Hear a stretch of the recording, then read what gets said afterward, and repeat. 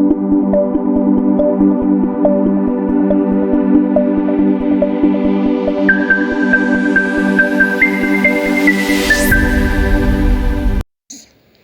am Dr. Pooja here with another video of environmental sciences.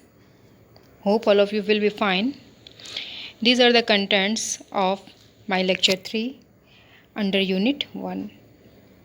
So these are types of natural resources, kinds of resources, depletion of natural resources, and last one is references. Let's go one by one. Types of natural resources. There are various types of natural resources are there. As we have already talked about, natural resources means something or everything which we can obtain from our nature, from our environment. Natural resources include sun, sunlight, forest, jungle, rocks, pahad, minerals, animals, जानवर, air, हवा, wind, oil from the minings and water, and as well as soil. So these all are the various types of natural resources जिन्हें हम consume करते हैं, right? These are the various kinds of resources. How many kinds of resources are there? Resources कितने तरह के होते हैं, कितने टाइप्स के होते हैं? जनरली जो कॉमन रिसोर्सेज हैं वो इतने टाइप्स के होते हैं, जैसे कि फॉरेस्ट रिसोर्स है, वाटर रिसोर्सेज पानी का रिसोर्स, मिनरल्स का resource, energy resource, soil resources and food resources are there. Come through one by one. Forest resources. बच्चों फॉरेस्ट रिसोर्सेज मीन्स फॉरेस्ट क्या होते हैं? हमारी लैंड में, हमारी पृथ्वी पर वो क्षेत्र, वो जगह जहाँ पर पेड़ अपने काफ़ी सारे डेंसिटी में, काफ़ी ज़्यादा संख्या में होते हैं पेड़ पौधे, और वो एकदम हाई डेंसिटी के फॉर्म में पेड़ इकट्ठे होते हैं जो कि लैंड का काफ़ी ज़्यादा एरिया कवर करके रखते हैं, उसे हम फॉरेस्ट कहते हैं.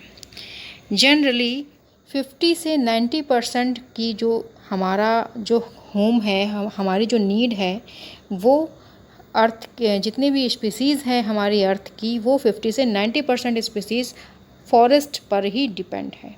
ओके, फॉरेस्ट जो है 50 से 90% या वी कैन से ओवरऑल 90% जितने भी हमारी स्पीसीज़ हैं, जितने भी एनिमल्स हैं, ह्यूमंस हैं, बर्ड्स हैं, जो भी स्पीसीज़ हैं, मतलब ये सभी फॉरेस्ट पर ही डिपेंड हैं. These forest are not only produce renewable material goods but also provide several environmental services which are essential for our life.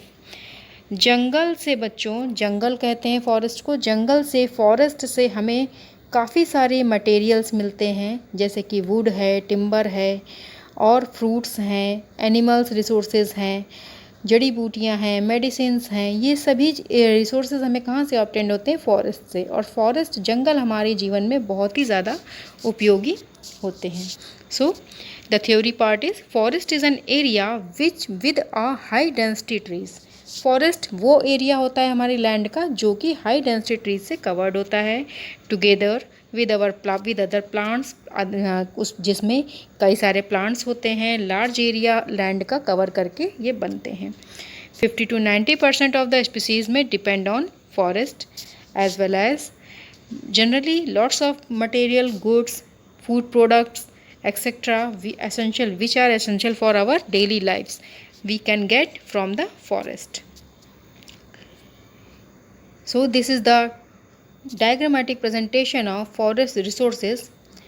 Our family livelihood, हमारी जो फैमिली है, हमारा जो परिवार है, वो किस तरह से पेड़ों पर निर्भर है, आश्रित है.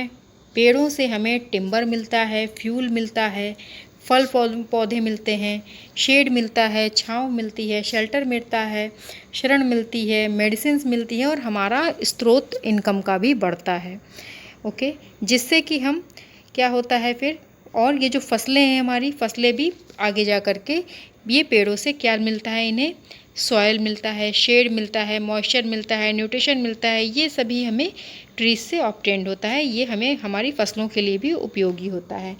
एनिमल्स भी पौधों से शरण पाते हैं, आराम करने की व्यवस्था मिलती है उन्हें, केव वगैरह होता है, पौधों आपने देखा होगा ट्रीज़ में छोटे छोटे से कट्स होते हैं जिसमें कि बर्ड्स वगैरह रहती हैं। ओके, तो शेल्टर मिलता है उन्हें, फूड मिलता है पेड़ों से एनिमल्स को, और साथ ही साथ ये एनिमल्स और क्रॉप्स हमारे लिए भी बहुत ही उपयोगी हैं, जिनसे कि हमें फूड और इनकम ऑब्टेन्ड होता है। और जब इन एनिमल्स की डेथ हो जाती है, वो डाई कर जाते हैं, तो उससे हमें कंपोस्ट और मैन्योर वगैरह भी, खाद वगैरह भी हमें मिलता है, जो कि सीधे हमारे क्रॉप्स में जो हमारा कल्टीवेशन का एरिया है उसमें वो काम आता है। इस तरह से जो पेड़ पौधे हैं, जो जंगल का एरिया है, जो हमारे फॉरेस्ट हैं, वो रेलिवेंट हैं डायरेक्टली ह्यूमंस से, देन एनिमल्स एंड क्रॉप से। ये पूरा साइकिल फॉरेस्ट ट्री को रिप्रेजेंट करता है। These are the various functions of forest. Forest के बहुत सारे फंक्शंस हैं, जिसमें कि कुछ हैं productive functions and regulative functions. What is productive function? Productive function में क्या होता है कि जो हमारे टिम्बर्स आते हैं, बैम्बूज आते हैं, बांस की बल्लियाँ जो होती हैं, फूड, हम फॉरेस्ट से क्या क्या ऑब्टेन करते हैं? फूड मिलता है हमें, एसेंशियल ऑयल्स मिलते हैं, जैसे कि जो मेडिसिनल ऑयल्स वगैरह जो होते हैं वो, लेटेक्स मिलता है, लेटेक्स से हमें रबर वगैरह बना सकते हैं, मेडिसिन्स मिलती हैं, दवाइयाँ मिलती हैं जिनको जड़ी बूटियाँ कहते हैं। Conservation of soil and water. Soil, मिट्टी और पानी का जो बहाव होता है, इरोजन जिसको मैंने आपको बताया था, इरोजन इससे रुकता है, इरोजन नहीं हो पाता है, मिट्टी का बहाव नहीं हो पाता है। मिनरल्स का बचाव होता है, prevention of droughts, protection against wind और cold and radiation and noise pollution में भी, रेडिएशन से भी पौधे हमें प्रोटेक्ट करते हैं डायरेक्ट यूवी रेस से। रेगुलेटिव फंक्शन क्या है इसका? दे रेगुलेट गैसेस एंड एनर्जी। जो गैसेस का एक्सचेंज है और एनर्जी का जो लेवल है, हमारे पेड़ पौधे उसे संतुलित रखने में बहुत ही अच्छा रोल प्ले करते हैं। Next one is water resources. Water resources, these are resources that are useful for humans. These are very useful and essential item for us. बिना पानी के हमारा जीवन संभव ही नहीं है। वाटर रिसोर्सेज जो है वो हमारे लिए बहुत ही उपयोगी है, जिसको कि हम अपने घरों में यूज़ करते हैं, इंडस्ट्रियल पर्पस के लिए यूज़ करते हैं, एग्रीकल्चर पर्पस के लिए यूज़ करते हैं, एनवायरमेंटल एक्टिविटीज़ को फिर से रिक्रिएट करने के लिए यूज़ करते हैं। Okay, virtually all of these human uses required fresh water. हम सभी को फ्रेश वाटर की ज़रूरत है अपनी लाइफ को आगे कंटिन्यू करने के लिए। Water resources are sources of water that are useful, potentially useful to humans के लिए वाटर की बहुत ही ज़्यादा इंपॉर्टेंस है। Water is essential as a natural resources for sustaining our life. जैसा कि हमने आपको बताया कि पानी हमारे जीवन की पहली आवश्यकता है, प्राथमिक आवश्यकताओं में से एक है, और ये हमारी लाइफ को सुचारू रूप से चलाने के लिए बहुत ही इम्पॉर्टेंट है। हमारा बॉडी 60% वाटर से बना हुआ है।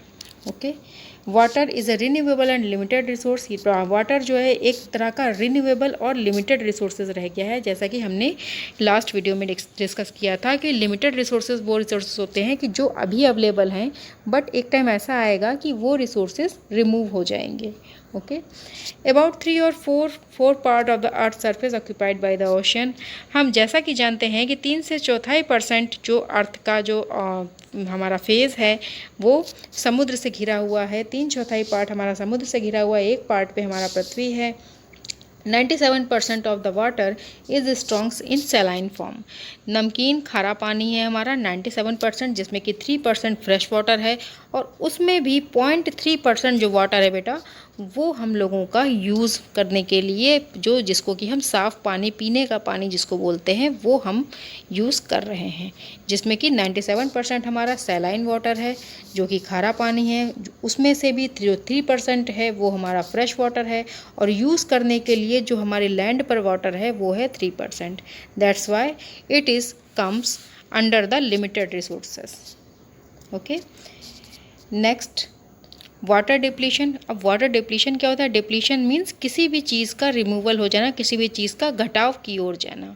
It is caused by the over exploitation. ज़्यादा दोहन करने से, जल दोहन जिसको कहते हैं, ज़्यादा वाटर का उपयोग करने पर क्या होता है? वाटर का डिप्लीशन होने लगता है। So excessive use and unequal access to water among different social groups. हमारे जितने भी सोशल ग्रुप्स हैं, जो भी हमारे ह्यूमंस हैं, वो वाटर का ज़्यादा कंजम्पशन कर रहे हैं, जिसकी वजह से वाटर का डिप्लीशन हो गया है। ओके, सो हमें industrialization, population, deforestation, mismanagement of water resources को हर तरह से रोकना होगा, so that we can improve our water depletion and we can improve fresh water. Now conservation of water, water को किस तरह से हम प्रिजर्व कर सकते हैं, these are some points, let's go one by one. Conservation of water are the essential for survival of mankind, plant and animal. Water का conservation हम सभी के लिए बहुत ही ज़रूरी है, चाहे वो ह्यूमंस हों, प्लांट्स हों या एनिमल्स हों। Constructing dams and reservoirs to regulate supply of water to the fields as well as to enable generating hydro electricity. हम क्या कर सकते हैं कि डैम्स बना सकते हैं, बांध बना सकते हैं, रिजर्वायर्स बना सकते हैं और नदियाँ, पॉन्ड्स, कुएं वगैरह इन सब को बना करके पानी को हम बचा सकते हैं। साथ ही साथ हाइड्रो इलेक्ट्रिसिटी के द्वारा हम पानी को यूज़ करके जो हमारा जलीय शक्ति है उसको हम इलेक्ट्रिक में कन्वर्ट कर सकते हैं। सीवेज को हम सीधे पानी में न डाल करके उसे हम पहले ट्रीट करें, फिर ट्रीट करने के बाद में जो ट्रीटेड सीवेज है उसको हम रिलीज़ करें रिवर्स में, जिसकी वजह से भी काफ़ी हद तक पानी का हम जो रिन्यूएबिलिटी है उसको हम मेंटेन कर सकते हैं।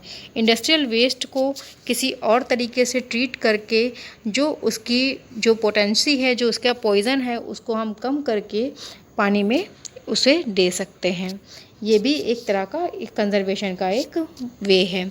और जितना ज़रूरत हो उतना ही पानी हम यूज़ करें। रेन वाटर को, जो वर्षा का जल है, जिसको वर्षा जल कहते हैं, उसको स्टोर करने के लिए हमारे पास, उसको रिचार्ज करने के लिए हमारे पास कई सारी युक्तियां हैं जिसे हम प्रयोग में ला सकते हैं। ओके, तो इस तरह से हम कंजर्वेशन कर सकते हैं, पानी का, जल को बचा सकते हैं। Now next one is mineral resources. Mineral resources क्या होते हैं?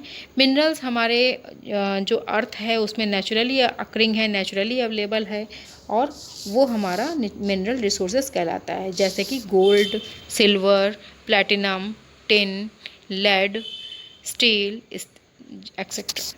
Minerals are the naturally occurring resources, inorganic crystalline solids having a definite chemical composition and characteristic physical properties. Minerals naturally occurring, naturally present हमारे पास solid contents हैं, inorganic हैं, crystalline हैं और chemical composition और characteristics इसके जो है मिनरल्स कहलाते हैं। Minerals are exhaustible and non renewable. Minerals जो हैं हमारे exhaustible and non renewable resources हैं। ये एक बार अगर ख़त्म हो गए तो इसको बनने में काफ़ी टाइम लगता है। That's why it's come under the category of non renewable resources. Minerals are relatively plentiful. These are over used by industries के द्वारा ये बहुत ज़्यादा इसका यूज़ किया जाता है, बहुत बड़े लेवल पे यूज़ किया जाता है और ज़्यादा अगर हम इसको यूज़ करेंगे तो हमारे इन्वायरमेंट पे इसका निगेटिव इफ़ेक्ट आने लगेगा। मेटालिक मिनरल्स कौन कौन से होते हैं? नॉन मेटालिक मिनरल्स क्या होते हैं? मिनरल्स 2 टाइप्स के होते हैं, metallic and non metallic. Metallic minerals में iron, copper, silver and gold आता है। नॉन मेटालिक में sand, stone and salt and सब phosphates are there which are comes under the category of non metallic minerals. Okay, ये है हमारे mineral resources. Use of minerals, minerals का हमारी life में, डेली लाइफ में बहुत अच्छा यूज़ है। The main use of minerals are as follow. Development of industrial plants and machinery. Industrial plants में, मशीनरीज बनाने में मिनरल्स का बहुत यूज़ है। Generation of energy like coal, lignite and uranium. Construction में, घरों को बनाने में, सेटलमेंट्स में, डिफेंस इक्विपमेंट्स को बनाने में, ऑर्नामेंट्स को बनाने में, आभूषण बनाने में और ट्रांसपोर्टेशन के रिगार्डिंग जो भी लेड वगैरह है उसका बहुत यूज़ होता है। ओके, तो ये है मिनरल्स का यूज़। मिनरल्स इस तरह से हमारे लिए यूज़फुल हैं। Now next topic is energy resources. Energy क्या है? एनर्जी वो होती है हमारी किसी भी तरह से काम करने की capacity. It is the capacity to do any work that is known as energy. Energy कई तरह की होती है, जैसे कि हमारी solar energy is the main source of our energy. Nuclear energy, coal energy, wind energy, water energy, biomass energy, natural gas energy and oil energy obtained from oil and natural resources, natural gases also. Okay, so ये हमारे कुछ energy resources हैं जिससे हमें energy obtained होती है और अपनी डेली लाइफ को स्मूथ करते हैं। इंट्रोडक्शन एनर्जी रिसोर्सेज का। And what is energy? Energy is the capacity to do work. किसी भी काम करने की जो क्षमता होती है, हमारी कार्य करने की जो दर है, that is known as energy. वो हमारी कार्य कहलाता है या एनर्जी कहलाता है। Energy can be change from one form to another, but it can neither be created or not destroyed. Energy हमारी किसी भी तरह का काम करने की जो हमारी क्षमता है वो हमारी एनर्जी कहलाती है, और एनर्जी को हम ना तो बना सकते हैं और ना ही डिस्ट्रॉय कर सकते हैं। ना तो हम इसे बना सकते हैं और ना ही इसको हम हटा सकते हैं। एनर्जी हर एक की अलग अलग होती है, काम करने की क्षमता सभी इंडिविजुअल्स की अलग अलग होती है। एनर्जी का हम केवल एक फॉर्म से दूसरे फॉर्म में ट्रांसफ़र कर सकते हैं। ठीक है, तो ये हमारी है एनर्जी। एनर्जी रिसोर्सेज क्या क्या हैं? जैसा कि अभी हमने आपको बताया कि एनर्जी रिसोर्सेज सबसे मेन रिसोर्स है एनर्जी का sun. Okay, and energy resource is something that can produce heat, power life, move objects और produce electricity. Matter that store energy is called fuel. Energy resource वो resource होता है, वो चीज़ होती है कि जो कि हमें काम करने में हेल्प करे, हीट को जनरेट करे, हमारी जो पावर है, एनर्जी है, उसको बढ़ाए, ऑब्जेक्ट्स को मूव करने में हेल्प करे और इलेक्ट्रिसिटी वगैरह को प्रोड्यूस करे। इस तरह के जो रिसोर्सेज होते हैं that come under the category of energy resources. Classification of energy resources, renewable and non renewable resources. Renewable means जो ईजिली फुलफ़िल हो जाते हैं एटमॉस्फेयर से, और नॉन रिन्यूएबल जो ईजिली फुलफ़िल नहीं होते हैं, एक टाइम बाद they may be exhausted. Okay, renewable resources में डायग्रामेटिक प्रेजेंटेशन समझने की आप कोशिश करिए। सनलाइट है, ग्रीन ट्रीज़ हैं, विंड है, वॉल्केनोज है, एंड जो जिससे कि हमें मिनरल्स वगैरह मिलते हैं, और रेन है, लाइक फायर। ये सभी हमारे रिन्यूएबल रिसोर्सेज हैं एनर्जी के। और नॉन रिन्यूएबल में कौन कौन से रिसोर्स आते हैं? जैसे कि हमारा कोल टार है, फायर है, नेचुरल गैसेस हैं, न्यूक्लियर एनर्जीज हैं, and some fossil fuels. Okay, जीवाश्म ईंधन जिसको कहते हैं, ये हमारे नॉन रिन्यूएबल एनर्जी रिसोर्सेज कहलाते हैं। रिन्यूएबल एनर्जी रिसोर्सेज में क्या होता है? The source of energy which are renewed again and again at faster rate in nature are known as renewable energy resources. वो एनर्जी रिसोर्सेज जो कि नेचर के थ्रू बार बार अपने आप मेंटेन कर लिए जाते हैं, हमारे इस तरह के रिसोर्सेज कहलाते हैं रिन्यूएबल एनर्जी रिसोर्सेज। इसका एग्जांपल है सोलर एनर्जी, सूर्य की एनर्जी, हवा की एनर्जी, पानी की एनर्जी और बायोमास एनर्जी।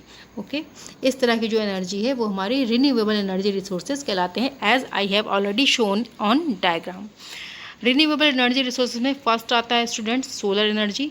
सोलर एनर्जी हमारे जो सूर्य का प्रकाश है वो हमारा सबसे बड़ा एनर्जी रिसोर्स है। Solar energy is available in large amount because ultimate source of energy is an ecosystem. Our ecosystem is sun.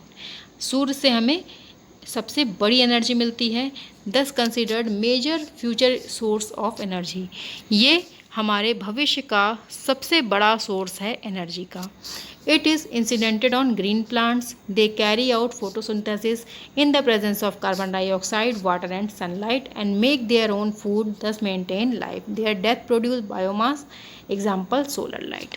Solar energy के प्रेजेंस में हमारे जो पेड़ पौधे हैं वो कार्बन डाइऑक्साइड को उपयोग करके अपने लिए फोटोसिंथेसिस का क्रिया करते हैं। फोटोसिंथेसिस जिसको कि प्रकाश संश्लेषण बोलते हैं। फोटोसिंथेसिस के वर्क के द्वारा वो अपने लिए खाना बनाते हैं, अपने लिए फूड का जनरेट करते हैं, ग्लूकोज का निर्माण करते हैं, और जिससे कि वो जिससे और उनसे पेड़ पौधों से हमें खाना मिलता है, हमें फूड मिलता है, फ्रेश एयर मिलती है, और अदर जो एनिमल्स हैं उनके लिए भी वो फूड रिसोर्स का काम करते हैं। सो इस तरह से सोलर एनर्जी को हम यूटिलाइज़ करते हैं अपनी डेली लाइफ में। ओके, और जब पेड़ पौधों की डेथ हो जाती है तो उससे जो हमारा है बायोमास बनता है, कंपोस्ट बनता है, और जो कि हमारे फसलों में काम आता है, क्रॉप्स में काम आता है।